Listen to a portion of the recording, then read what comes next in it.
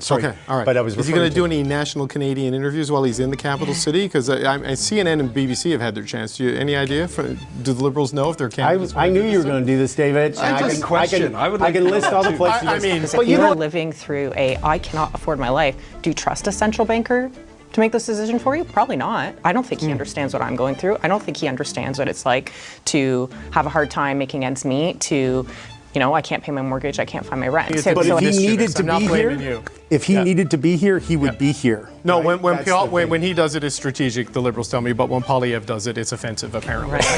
I mean, give me a break, right? We're the most underdeveloped of all of the Arctic nations. Yep. We are vulnerable there. We've done nothing to build it up as a country.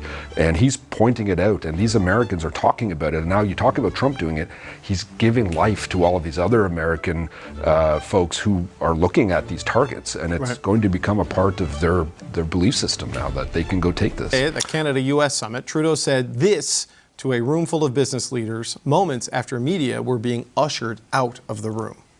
Mr. Trump has it in mind that one of the easiest ways of doing that is absorbing our country. And it is a real thing.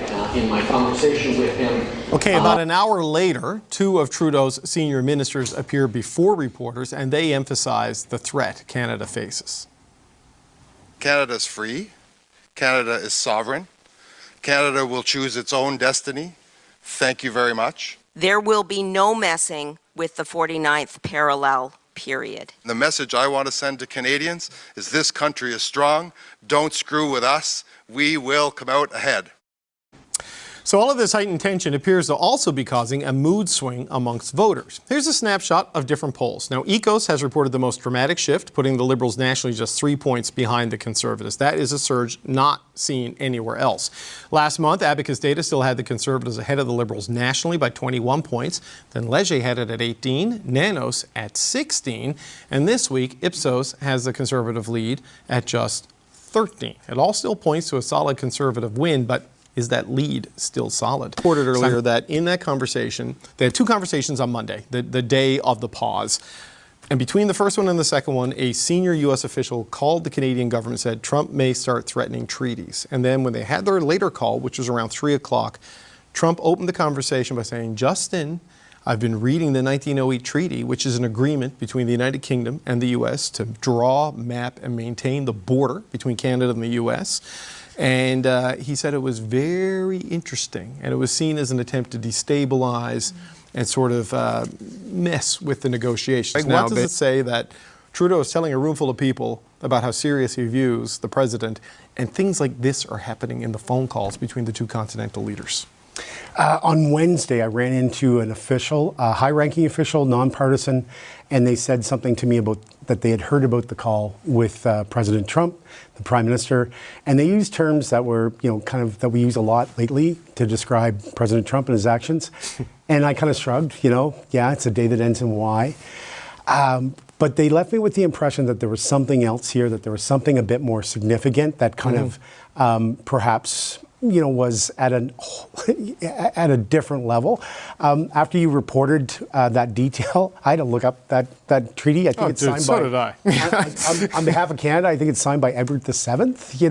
So, but it is quite scary. We are in a time where sovereignty seems to be questioned more and more. We have Russia and Ukraine. We have what you reported earlier about China and foreign interference and the allegations around the Freeland campaign. We've discussed at length the actions of India on Canadian soil. And we have Donald Trump musing about Canada becoming the 51st state. And but we've done a lot. We've done a hell of a lot. And to have, our next door neighbor after all this time, and I think the Prime Minister on Saturday night had a real moment where he reminded Canadians in his effort to remind Americans of this is no way to treat an ally. Reason for the Prime Minister to say this is I think we kind of need everybody on both sides of the borders to say, hey, this is really going to harm us and this is really going to harm us quickly. We saw reports of some of the ministers talking about how U.S. businesses are bringing this up directly with President Trump. We saw reports of how Canadian subsidiaries who have American partners or who are related to American businesses are raising this and are saying, this is going to harm you, this is going to harm me. Smarten up, we need to take this seriously. Is it wise to do that when we know that the president really reacts when you attack his character, or really reacts when he feels like he's being made a fool? I don't know that that's a smart move. I think that's maybe probably the question of, was that, particularly because he said media were just leaving the room. I know. Like, it's not even just wait till they're out and the doors are closed, and again, it's like a large group of folks, so maybe that gets reported anyways, but like, it feels maybe like a slip that didn't need to happen, and there was maybe another way to really stress the seriousness without doing that. But it doesn't really seem that there's a goal, that there's no way to reason. You know, the goal posts keep moving to, we want you to do this about the border, we want you to do this about, and then, well, no, actually, it's about economic. And next week there's a tariff, general tariff for all countries coming. So how do you do that other than we're all together and we're fighting back together? And maybe that was the goal of sharing those comments in that room today. We're in a bad spot in terms of our biggest ally and trading partner and friend, closest neighbor, only neighbor, is now knocking on our door.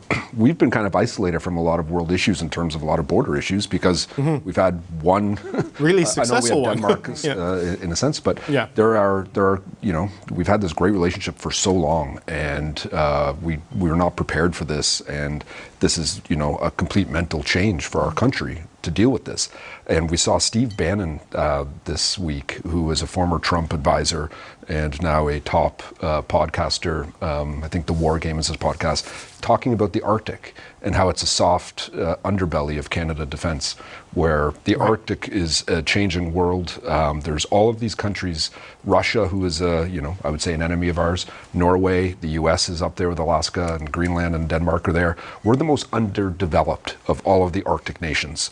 We are vulnerable there. We've done nothing to build it up as a country.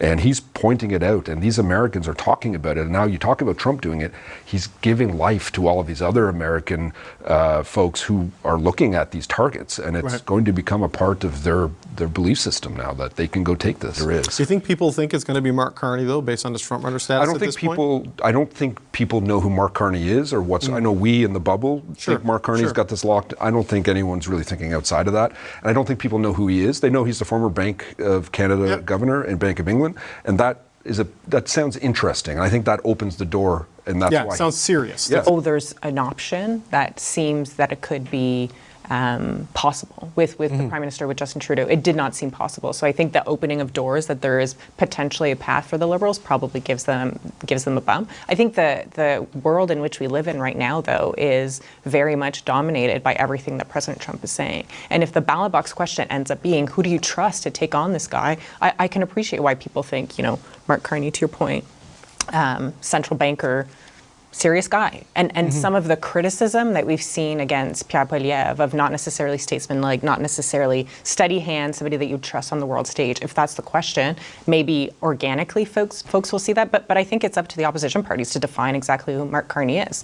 If you are living through an affordability crisis, if you are living through I cannot afford my life, do you trust a central banker to make this decision for you? Probably not. I don't think he understands what I'm going through. I don't think he understands what it's like to have a hard time making ends meet, to, I can't pay my mortgage, I can't find my rent. So I really do think it'll probably depend on two things. What are we up against in March? Are we living down again this tariff threat? If the tariff's been implemented and, the cost of everything is up and jobs have been lost? Or are we, still worried about the cost of living? And is this the guy that we trust to fix that? So I think that. So in terms of awareness, I think I saw a poll this week. This was the news story that Canadians were most engaged with since the pandemic. So this is a big moment. And I think this is why, to Mel's point about, it's a time for serious people. So this Carney event was here in Ottawa? This, no. The one that I was at was here in Ottawa. Sorry. Okay, all right. But I was Is he going to do any national Canadian interviews while he's in the capital city? Because CNN and BBC have had their chance. Any idea? Do the Liberals know if they're candidates? I knew you were going to do this, David. I can list all the places. But you know what? You know how I feel in this. I would like him to be here because I think he'd be good. I'm just raising it to but be if he needed to be here, if he needed to be here, he would be here. No, when he does it, it's strategic, the Liberals tell me. But when Poilievre does it, it's offensive, apparently. Right. I mean, give me a break, right?